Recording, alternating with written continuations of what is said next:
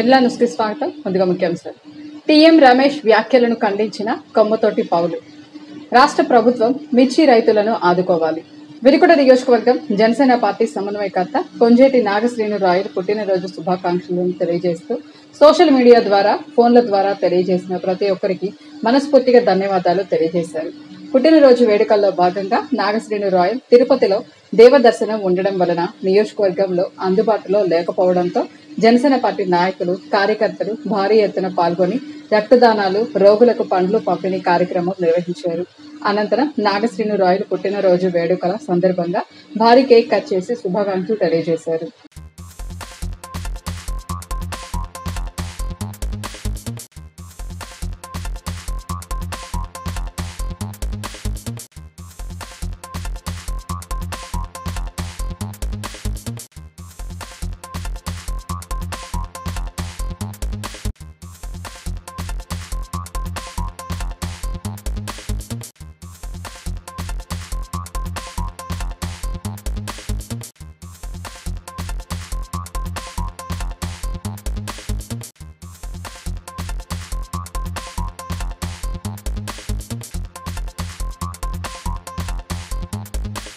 మాల మహానాడు రాయలసీమ, కర్నూలు జిల్లాలలో మాలల యుద్ధ గర్జన సభలో మాల మహానాడు జాతీయ నాయకుడు జి చెన్నయ్య మాట్లాడిన దానిపై ఆయన్ని కించపరిచే విధంగా మాట్లాడిన టీఎం రమేష్ మాదిగా మాట్లాడిన తీరు మార్చుకోవాలని మాల మహానాడు రాష్ట్ర వర్కింగ్ ప్రెసిడెంట్ కొమ్మతోటి పౌలు తెలియజేశారు. స్థానిక మాల మహానాడు కార్యాలయంలో ఏర్పాటు చేసిన విలేకరుల సమావేశంలో ఆయన మాట్లాడుతూ మాలలు ఎక్కడా కూడా మాదిగలను దురుసుగా మాట్లాడడం కానీ, వాళ్ళని కించపరిచే విధంగా ఏనాడు కూడా మాలలు, మాల నాయకులు గాని మాట్లాడిన సందర్భం లేదన్నారు. ఎస్సీలు అంత చదువుకొని ఐఏఎస్లు, ఐపీఎస్ ఉన్నత ఉద్యోగాలలో ఉండాలని, అంబేద్కర్ స్ఫూర్తిని తీసుకొని ఇంకా చైతన్యవంతులు అవ్వాలని, అందులో భాగంగా ఎస్సీ, ఎస్టీ, బీసీ మైనార్టీలని కలుపుకొని రాజ్యాధికారం వైపు చూడాలని ఆ దిశగా అడుగులు వేస్తూ పోవాలి. కానీ మాలలను కించపరిచే విధంగా టీఎం రమేష్ మాట్లాడడం సరికాదన్నారు. గత 20 సంవత్సరాల నుంచి కూడా మాలా మాదిగలో ఫైట్ చేయడం జరిగింది. మరి నవభారత రాజ్యాంగ నిర్మాత డాక్టర్ బిఆర్ అంబేద్కర్ గారు రాసిన రాజ్యాంగం ప్రకారం వర్గీకరణ తప్పు అని నిర్ణయించడం జరిగింది. మేము ఒకటే కోరుతున్నాం, ఈ 2 తెలుగు రాష్ట్రాల్లోనైనా యావత్ భారతదేశంలోనైనా అన్నదమ్ములాగా కలిసి ఉండి రాజ్యాధికారాన్ని మనం తెచ్చుకోవాలని మనం ఉంటే, మనువాద పార్టీలకి మీరు మద్దతు పలికి అన్నదమ్ముల్లా ఉన్న మనం విడిపోవాలని ఒక కుట్రలో భాగంగా మీరు కుట్ర చేస్తున్నారే తప్ప మరి మాలలు ఎక్కడ మిమ్మల్ని దురుసుగా మాట్లాడే సందర్భాలు లేవు.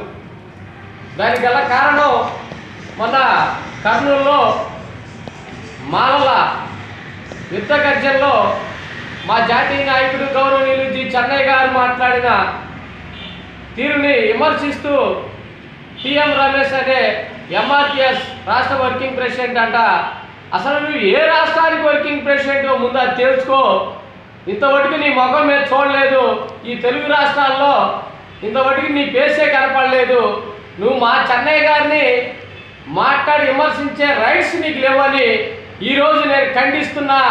ఎందుకంటే జి చెన్నయ్య గారు అంటే సుమారు 4-5 రాష్ట్రాల్లో పేరున్న వ్యక్తి, మంచి వ్యక్తి, ఏ పార్టీకి తొత్తుగా మారకుండా గత 20 సంవత్సరాల నుంచి ఈరోజు కూడా మాల జాతి కోసం పనిచేస్తున్న ఏకైక నాయకుడు మా జి చెన్నయ్య గారు. మా చెన్నయ్య గారిని తోలు తీస్తానని మాట్లాడే టీఎం రమేష్, అసలు ఇంతవరకు నీ ముఖం ఎక్కడా కూడా మీడియాలో కనపడలేదు, నువ్వు ఒక నకిలీ అనుకుంటున్నావు. మేమైతే నిన్ను ఖచ్చితంగా నీ తోలు తీస్తామని చెన్నయ్య గారిని ఇంకొకసారి ప్రెస్ మీట్ పెట్టి మాట్లాడితే నీ తోలు తీస్తామని మేము ఖచ్చితంగా ఖండిస్తూ, ఏదైతే కలిసి ఉంటే ముద్దు విడిపోవడం వద్దనే నినాదాలకు మేము కట్టుబడి ఖచ్చితంగా ఈ రాజ్యాధికారాన్ని తెచ్చుకోవడానికి ప్రయత్నం చేయాలని మేమైతే మాలలంతా దృఢ సంకల్పంతో ఉండి పనిచేయడం జరిగింది. అదేవిధంగా మరి తెలంగాణలో 10 లక్షల మందితో మాలల మీటింగు సక్సెస్ చేశారు. గుంటూరులో మరి 4 లక్షల మందితో మీటింగ్ సక్సెస్ చేయగలిగారు. అందుకనే ఈ రాష్ట్రంలో ఉన్న నలుమూలలున్న మాలలందరికీ నేను ఒకే పిలుపునిస్తున్నా, ఎక్కడైతే గ్రామ స్థాయి నుంచి జిల్లా స్థాయి మరి రాష్ట్ర స్థాయిలో పెట్టే ప్రతి ఒక్క మీటింగ్కి మాల సోదరులందరూ కలిసి హాజరై ఆ మీటింగ్ని ఖచ్చితంగా జయప్రదం చేయాలని నేనైతే రాష్ట్ర వర్కింగ్ ప్రెసిడెంట్గా పిలుపునిస్తూ జై భీమ్ జై మాల. మిర్చి రైతుల్ని రాష్ట్ర ప్రభుత్వం ఆదుకోవాల్సిన బాధ్యత ఎంతైనా ఉందని ఆంధ్రప్రదేశ్ రైతు సంఘం పల్నాడు జిల్లా ప్రధాన కార్యదర్శి ఉలవలపూడి రాము తెలియజేశారు. గుంటూరు మార్కెట్ యార్డులో పడే కష్టాలను ఆంధ్రప్రదేశ్ రైతు సంఘం బృందం ఈ రోజు యార్డులో తిరిగి రైతులు పడుతున్న కష్టాలను స్వయంగా అడిగి తెలుసుకోవడం జరిగింది. రాష్ట్ర కేంద్ర ప్రభుత్వాలు మిర్చి రైతులను ఆదుకోవాలని, ఎంతో దూర ప్రాంతాల నుంచి ఇక్కడికి తీసుకువచ్చి వెనక్కి తీసుకోపోలేక వారు చెప్పిన ధరకే అమ్ముకోవాల్సి వస్తుందన్నారు. వీటిపైన ప్రభుత్వం నియంత్రణ ఉండాలని, లేకపోతే ఆసియాలోనే అతిపెద్దదైన గుంటూరు మిర్చి యార్డులో ఎన్నో రైతుల కన్నీటి గాథలు ఉన్నాయని వారు వాపోయారు. మిర్చి రైతులకు కనీసం 20,000 రూపాయలు మద్దతు ధరను ప్రకటించాలని ప్రభుత్వాన్ని డిమాండ్ చేశారు.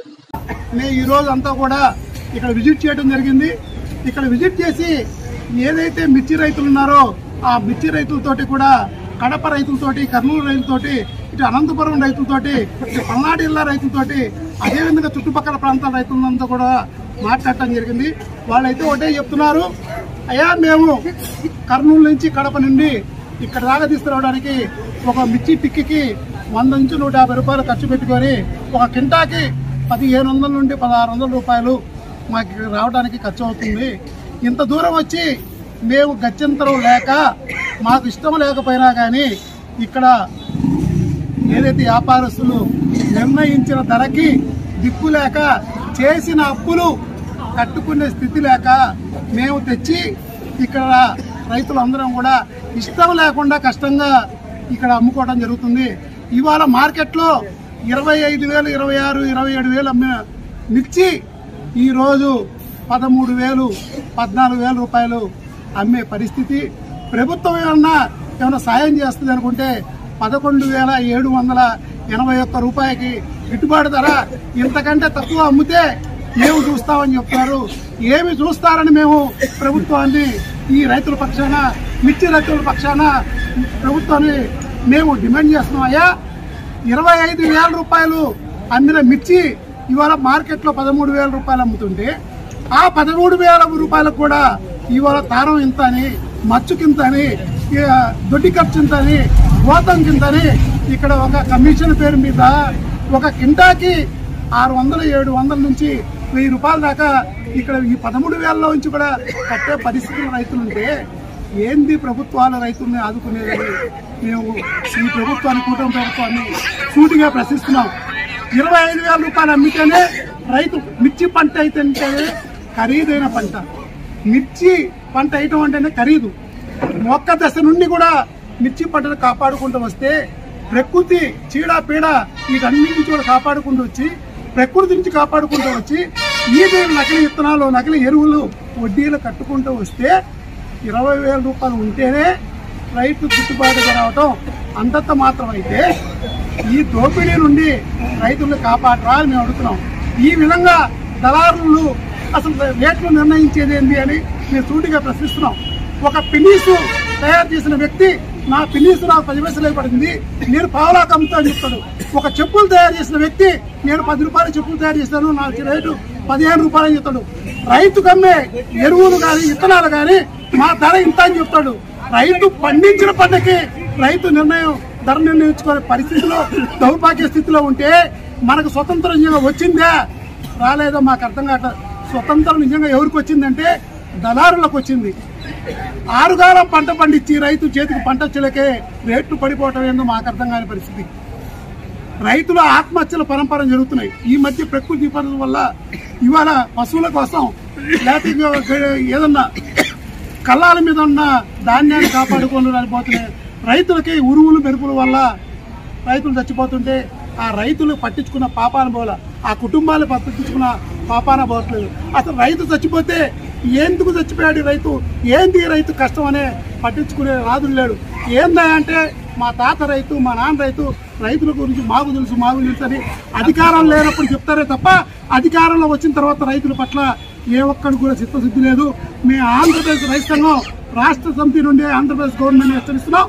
20,000 రూపాయలకు తక్కువ కాకుండా రైతుకు బాడికి మిర్చికి గిట్టుబాటు ధర కింటాలకు ఇవ్వాలని, ఇవ్వకపోతే ఆంధ్రప్రదేశ్ రైతు సంఘం ఏపీ రైతు సంఘం తరఫున ఇదే మిర్చి ఆటి దగ్గర రైతులను సమీకరించి పెద్ద ఎత్తున ధర్నా చేసి ప్రభుత్వాన్ని దిగిచేటట్టు చేస్తామని మరొకసారి రైతుల పక్షాన ఈ ప్రభుత్వాన్ని డిమాండ్ చేస్తుంది. వినుకొండ పట్టణంకు దగ్గరగా వల్లటూరు రోడ్డు నందు ఉన్న హస్తినాపురంలో మౌలిక వసతులు కల్పించాలని కోరుతూ మున్సిపల్ కమిషనర్ సుభాష్ చంద్రబోస్కు వినతి పత్రం అందజేశారు. పట్టణంలో అత్యంత సుందరంగా 45 అడుగుల సిమెంట్ రోడ్లు, డ్రైనేజీ కాలువలు, చుట్టూ ఎలక్ట్రికల్ ఫెన్సింగ్, రాత్రిపూట గూర్ఖాతోనే గాక 16 సీసీ కెమెరాలతో 24 గంటల పర్యవేక్షణతో ఉన్న హస్తినాపురంలో సుమారు 30 కుటుంబాలు నివసిస్తున్నారని, వారికి విద్యుత్, చెత్త సేకరణ, స్వీపర్స్ చేత పరిసరాలను శుభ్రం చేయుట, మరిన్ని వసతులు కలిగజేయాలని కోరుతూ వినతి పత్రం అందజేశారు. కమిషనర్ వెంటనే స్పందించి వారంలో మున్సిపల్ పన్ను విధించి చెల్లించి ఏర్పాటు చేసుకోవాలని తెలిపారు. వినతి పత్రం అందజేసిన వారిలో ఎంఆర్ డెవలపర్స్ అధినేత Puttigampala Ramanjaneyulu, Bezawada charitable trust chairman Bezawada Venkata Nageswararao, ప్రముఖ న్యాయవాది జెట్టి తిరుపతయ్య, లాం వెంకట్రావు, బేతపూడి హరిబాబు, జిల్లెలమూడి శ్రీనివాసరావు తదితరులు ఉన్నారు.